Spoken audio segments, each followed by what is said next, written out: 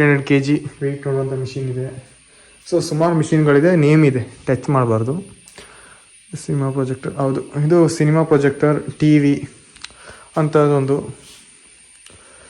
ಬನ್ನಿ, ಮೇಯ್ನ್ ಬಂದಿದೆ ನಾವು ಕಾರ್ ನೋಡೋಕ್ಕೆ, ಅಲ್ಲಿಗೆ ಹೋಗು.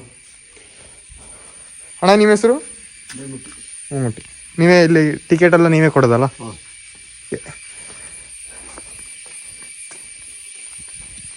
ಎಲ್ಲಿ? ಈ ಕಡೆ. ಹೌದಾ? ಬನ್ನಿ ಹೋಗು. ಒಂದು ಕಾಫಿ ತೋಟ ಎಸ್ಟೇಟ್ ಮಧ್ಯದಲ್ಲಿರುವಂತಹ ಒಂದು ಪ್ಲೇಸ್ ಇದು. ಸೊ ಜನ ಟೂರಿಸ್ಟ್ ಇವಾಗ ಮಳೆಗಾಲದಲ್ಲಿ ಕಡಿಮೆ ಅಂತ ಅನ್ಸ್ಕೊಂಡಿದ್ದೀನಿ.